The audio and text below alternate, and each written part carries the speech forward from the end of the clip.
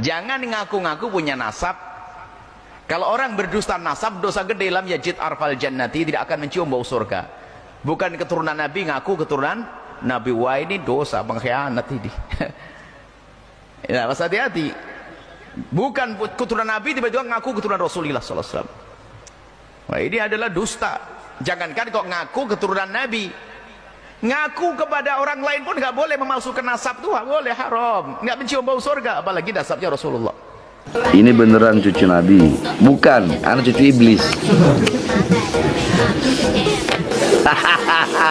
Maka semua orang yang mengaku sebagai ahlul bait Nabi wajib membuktikan, karena hukum asalnya mengaku cucu Nabi, mengaku ahlul bait Nabi itu haram sampai dia bisa menunjukkan ini datanya, ini dasarnya yang mengkonfirmasi saya adalah dzurriyyat Nabi atau keturunan Nabi.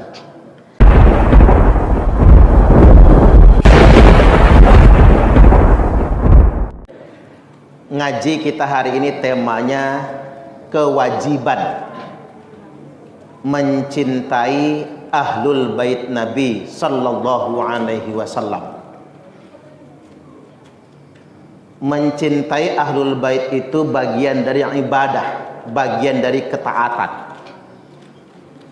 Jadi semua umat Islam tanpa terkecuali punya kewajiban untuk mencintai ahlul bait Nabi.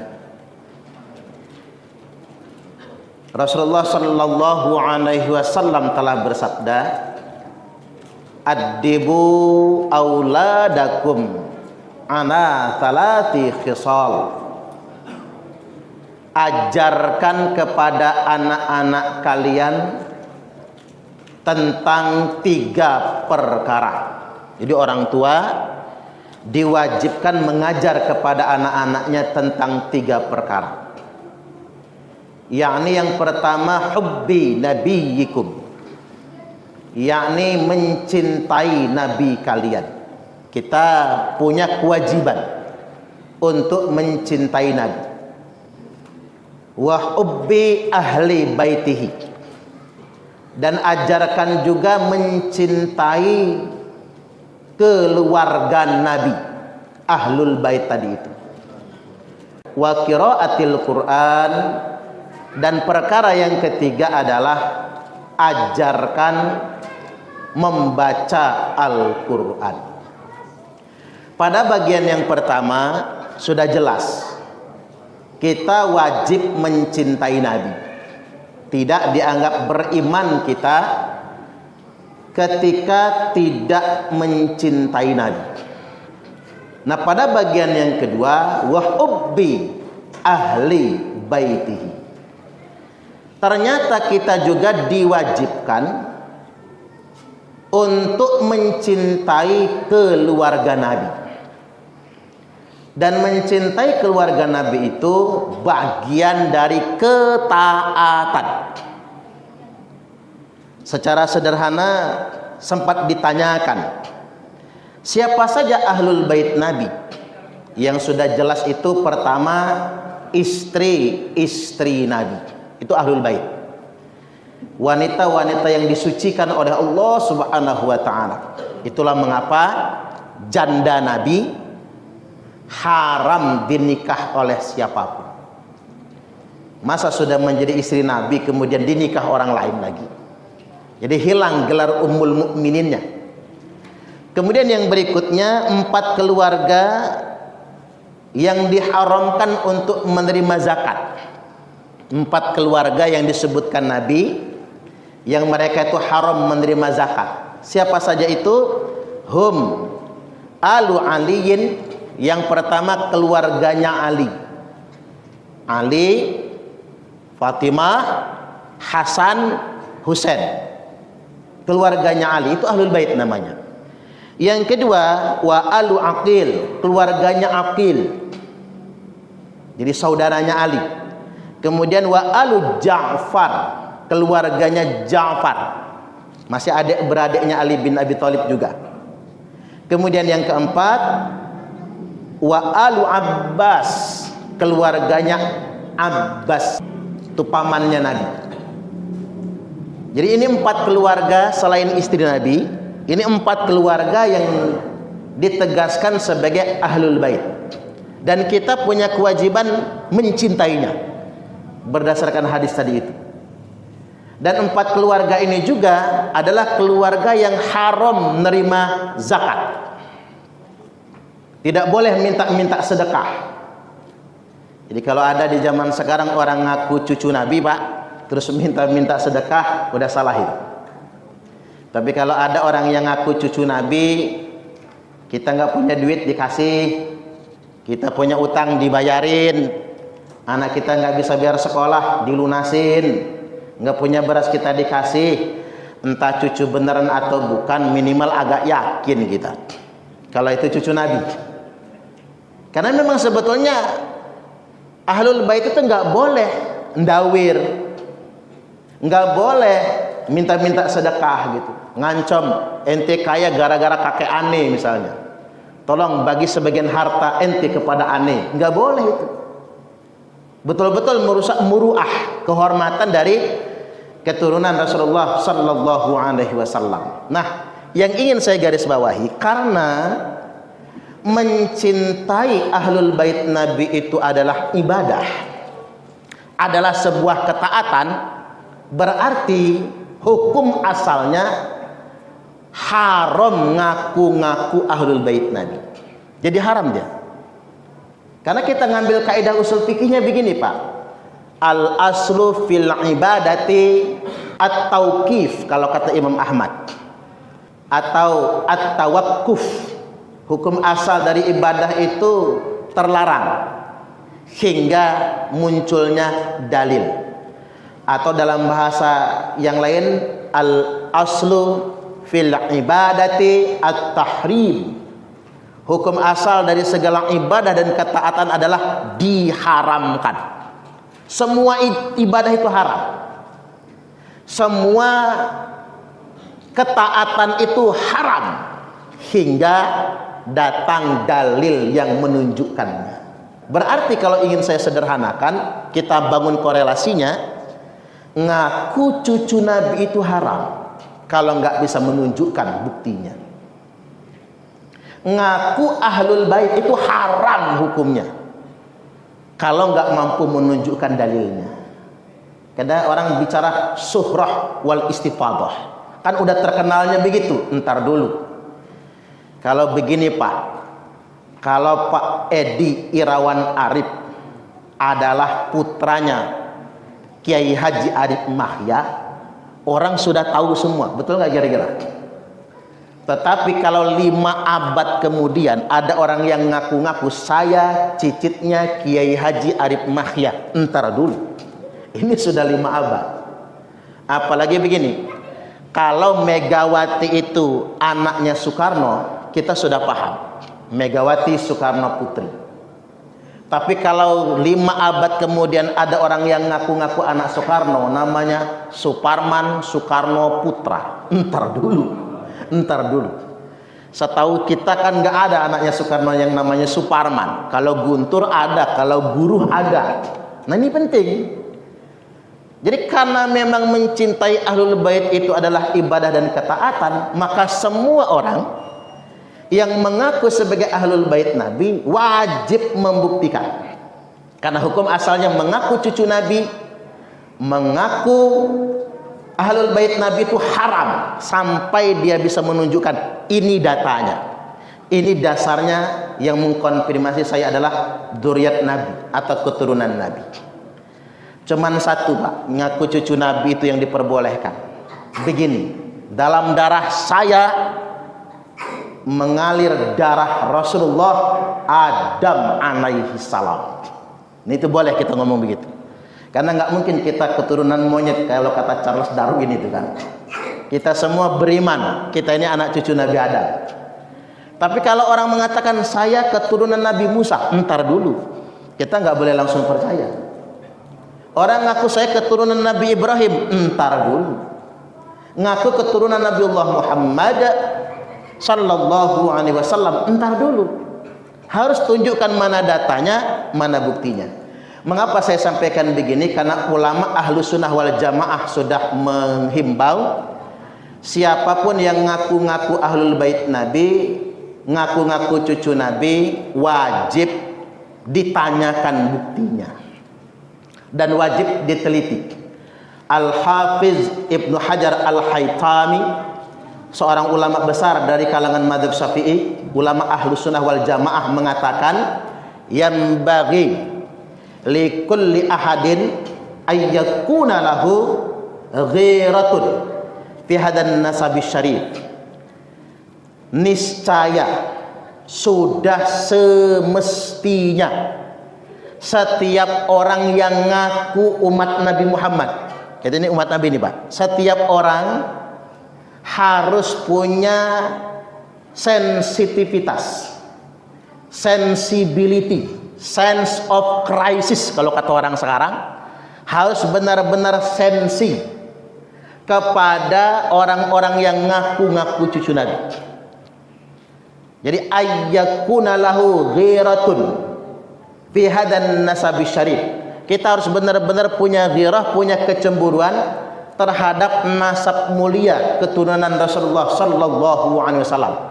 Wa dhabatahu, dan hendaklah dia meneliti, memeriksa jika ada orang-orang yang ngaku keturunan Nabi, jika ada orang-orang yang ngaku ahlul bait Nabi atau zuriat Nabi, ia wajib meneliti dan memeriksa untuk memastikan hatta la yantasib ilaihi sallallahu alaihi wasallam ahadun illa bihaqqin, sampai tidak ada lagi satu orang pun yang berani ngaku-ngaku nasabnya berasal dari nasabnya Rasulullah sallallahu alaihi wasallam. Saya ingin sederhanakan maksud Al-Hafiz Ibnu Hajar Al-Haytami, semua umat muslim, terutama ulama ini. Ya kalau yang awam-awam mungkin gak bisa menelitilah. Semua umat muslim, terutama ulama, wajib hukumnya meneliti dan memeriksa secara mendetail terhadap seorang siapapun yang mengaku anak cucu Nabi, sampai-sampai tidak ada lagi yang berani ngaku-ngaku anak cucu Nabi kalau dia tidak bisa menunjukkan bukti, illa bihaqqin, kecuali dengan data atau bukti yang benar. Ini wajib. Mengapa saya sampaikan ini materi malam ini? Indonesia adalah pasar yang paling subur untuk orang yang ngaku-ngaku anak cucu Nabi, Pak. Itu yang jadi masalah. Beda dengan di Timur Tengah, orang nggak percaya. Kalau belum ada isbat, orang nggak percaya di sana. Tapi kalau kita, yang penting hidungnya mancung aja pokoknya. Udahlah ngaku Nabi, ngaku cucu Nabi. Jangankan ngaku cucu Nabi, ngaku Nabi aja banyak yang percaya Pak di Indonesia ini. Yang saya paling nggak masuk akal itu agama Jasun, Pak. Agama Jawa Sunda itu. Nama nabinya Tugimin itu Pak. Kan nggak masuk akal kan? Agamanya Jasun, nabinya Tugimin. Repot kalau sholat, Allahumma sholli ala sayyidina Tugimin wa ala ali sayyidina Tugimin. Repot kita baca sholawatnya itu kan. Ini masalah ini. Makanya Indonesia adalah pasar yang paling subur untuk itu semua. Makanya kita harus punya kecemburuan. Tapi juga saya ingin ingatkan pada kesempatan kali ini, entoh sebetulnya buat apa sih membangga-banggakan nasab juga, kalaupun benar misalnya, buat apa membangga-banggakan nasab? Dikarenakan begini, Rasulullah sallallahu alaihi wasallam telah bersabda, man batta'a bihi amaluhu lam yusri' bihi nasabuhu. Barang siapa yang amalnya lamban, sholatnya malas, ke masjid juga enggak, amalnya lamban, lam yusri' bihi nasabuhu, nasab sehebat apapun tidak bisa mengejar kemuliaannya. Enggak bisa. Mau anak siapa Pak, enggak peduli anak siapa. Karena begini, ini sekarang urusan nasab ini sudah banyak disalahgunakan. Pertama begini, ada orang yang merasa menjadi kasta tertinggi dalam agama, seakan-akan di Islam ini belakangan ya Pak, ada kasta nomor 1, kasta paling mulia. Jadi ini ada cucu Nabi, kasta tertinggi, ada ahwal. Ahwal itu kita nih, orang-orang pribumi yang dikatakan ahwal itu, orang-orang biasa, di mana syarifah kata mereka, yang perempuan haram hukumnya, haram ini Pak, oleh mereka diharamkan nikah sama laki-laki pribumi. Ini kan sama saja di Islam sudah menciptakan kasta baru. Padahal dalam peristiwa Futuh Mekah di depan Ka'bah, Rasulullah sallallahu alaihi wasallam telah bersabda, "Innallaha qad adhaba ankum ubiyatal jahiliyah wa ta'adumaha bi abaiha." Sesungguhnya Allah setelah menghapus dari kalian semua kebanggaan, feodalisme, kesombongan jahiliyah, di mana masyarakat jahiliyah itu terbiasa membangga-banggakan nasab, membangga-banggakan leluhur, membangga-banggakan keluarga mereka. Itu jahiliyah. Makanya tadi kita mesti bertanya Pak, kalau ada orang-orang yang membanggakan nasabnya, nggak mungkin dia cucu Nabi. Karena kalau cucu Nabi setidak-tidaknya dia punya akhlak, walaupun nggak 100% nyontoh Nabi, minimal ada yang dicontoh dari Nabi. Nggak mungkin dia akan membanggakan nasabnya, nggak mungkin. Nggak mungkin dia akan menjual nasabnya. Apalagi tadi Pak, untuk alat kebanggaan tadi, apalagi untuk merasa menjadi warga agama kelas 1. Kemudian ada muncul yang doktrin-doktrin yang namanya anak cucu Nabi. Saya langsungin aja kalimatnya. Yang namanya habaib, walaupun saya ingin luruskan di sini, Habib itu bukan panggilan buat cucu Nabi. Kita buka kitab-kitab itu, semua ulama sepakat panggilan buat cucu Nabi itu bukan Habib, tapi Said dan Syarif, Syarifah atau Sayyidah. Tapi kok sekarang Habib? Anggaplah begitulah. Yang namanya Habib walaupun nggak sholat, walaupun ahli maksiat, masuk surga. Karena matinya nanti husnul khotimah. Begitu Roma Irama buka ke depan, mereka protes. Roma Irama itu mengada-ngada, bukan mengada-ngada, kuping saya sering dengar kok. Di mana mereka mengajarkan kayak gitu modelnya, sering dengar kita doktrin-doktrin yang kayak gitu. Padahal Nabi bersabda, "Wahai Quraisy," kata Nabi. Nabi kalau nyebut Quraisy sukunya berarti Pak, sama kayak kita. "Hei, Senak Lepung," berarti orang Lampung nih maksudnya. "Wahai Quraisy," kata Nabi, "la ughni ankum minallahi syai'a." Saya Muhammad nggak bisa nolong kalian kalau kalian tidak bertakwa kepada Allah. Ini Nabi cara sama sukunya, ngurucut. "Wahai Bani Hasyim," kata Nabi. Kalau Nabi nyebut Bani Hasyim Pak, udah mulai klan. Kalau Quraisy itu suku, Bani Hasyim itu klan. "Wahai Bani Hasyim," kata Nabi, "la ughni ankum minallahi syai'a." Saya Muhammad tidak bisa menolong sedikit pun kalian di hadapan Allah kalau kalian tidak bertakwa. Masuk lagi Nabi, "Wahai Bani Abdul Muthalib," wahai keturunan Abdul Muthalib. Nah ini langsung merucut dari suku masuk ke klan, masuk ke keluarga. Wahai keturunan Abdul Muthalib, berarti sesama sesepupu Nabi beserta anak cucunya. "La ughni ankum minallahi syai'a." Saya Muhammad tidak bisa menolong kalian sedikit pun kalau kalian tidak bertakwa. Lebih dalam lagi Nabi nyebutnya apa? "Ya Fatimah." Ini langsung ke anak nih Pak. "Ya Fatimah, la ughni anki minallahi syai'a." Saya bapakmu Fatimah, tidak akan bisa menolong kamu sedikit pun kalau kamu tidak bertakwa kepada Allah. Jadi kalau ada yang mendoktrin Pak, kami anak cucu Nabi, apapun kesalahan kami pasti masuk surga, bohong itu dia. Nabi aja ngomong sama Fatimah, bapakmu saja nggak bisa nolong kamu kalau kamu tidak bertakwa kepada Allah Subhanahu wa Ta'ala. Jadi balik lagi saya ingin tegaskan, mencintai ahlul bait Nabi itu hukumnya wajib dan itu ibadah. Tapi begini Pak, kalau ahlul bait Nabi yang zaman dulu enak, istri Nabi sudah ketahuan.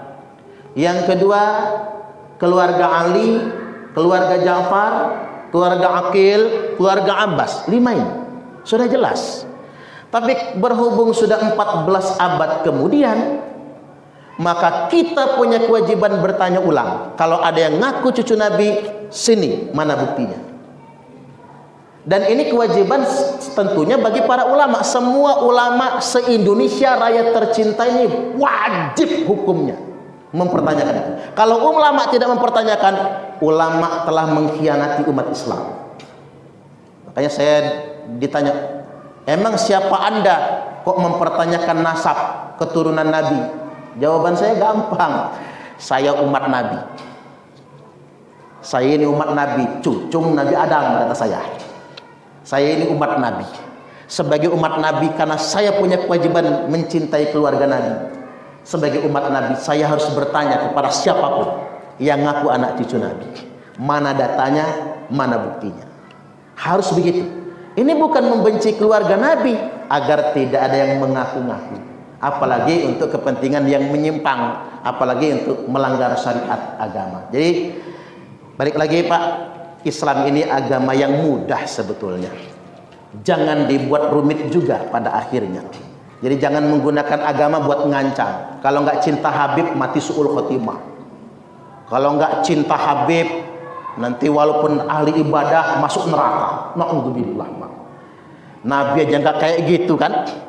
Oke, kalau memang itu mau dianggap benar.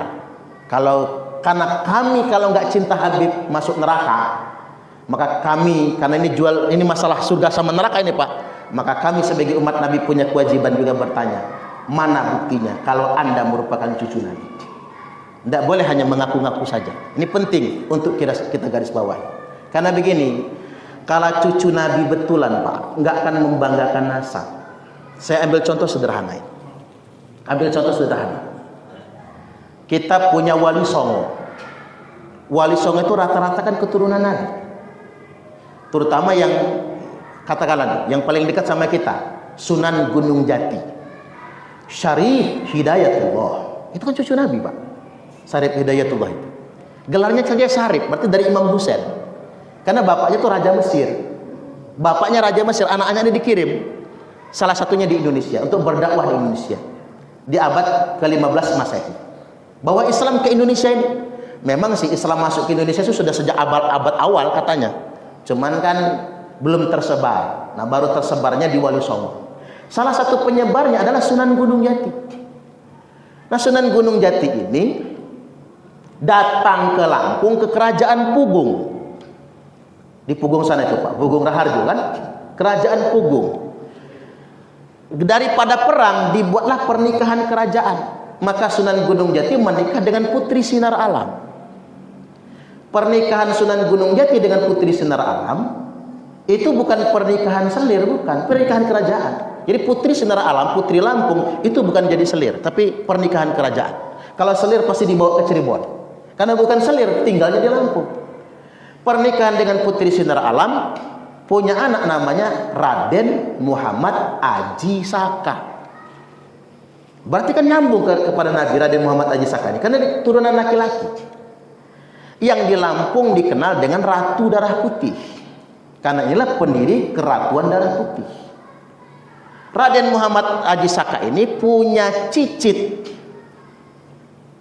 namanya Raden Intan Kesumaratu I, punya cicit, kan begitu. Nah, cicit beliau ini punya anak dua dalam catatan sejarah. Nggak tahu kalau anak yang lain dalam catatan sejarah. Anak pertama namanya Raden Imba Kesumaratu II. Anak kedua namanya Dalom Kesumaratu. Ini dua anaknya nih. Nah, Raden Imba Kesumaratu II perang sama VOC sampai dibuang ke timur Belanda. Dibuang sampai mati dibunuh. Yang istrinya sedang hamil. Begitu sang ayah dibunuh Belanda, sang putra lahir. Nah, sang putra yang lahir ini namanya Raden Intan Kesumaratu II atau Raden Intan II. Yang perang melawan Belanda, gugur di usia muda. Kalau tidak salah 22 atau 23 tahun. Belum punya anak. Karena beliau meninggal dilanjutkan oleh pihak pamannya Dalom Kesumaratu yang disebut dengan Raden Muhammad Jamil itu. Nah, sampai sekarang masih ada keturunannya. Masih ada. Dan saya sarankan kepada keturunannya, coba tes DNA dulu. Dites DNA. Kalau J1 berarti nyambung cucu Nabi. Tapi saya nggak pernah ngedengar keturunan Raden Intan mengatakan dalam darah aneh nih mengalir darah Rasulullah. Nggak pernah, Pak. Karena memang cucu Nabi nggak mungkin membanggakan nasab, nggak mungkin itu. Karena ini penting. Bahkan begini, saya soal ke keturunan Raden Intan di Kuripan sana itu, yakin nggak kata saya, kalau Anda ini keturunan Nabi? Saya nggak berani meyakini Ustaz. Nggak berani, Pak. Takut sombong. Kalau kami ini cicitnya Raden Intan, iyalah katanya. Kalau kami ini keturunan Raden Muhammad Aji Saka atau Ratu Darah Putih, iyalah, kami percaya itu. Tapi kalau keturunan Nabi, kami takut malah takabur nanti. Nah ini, Pak. Dan saya lihat memang keturunan laki-laki dari Raden Intan itu, zuriat Raden Intan satu itu kan gede-gede badannya. Enggak normalnya wayah fisiknya orang kita pada umumnya, Pak. Gede besar.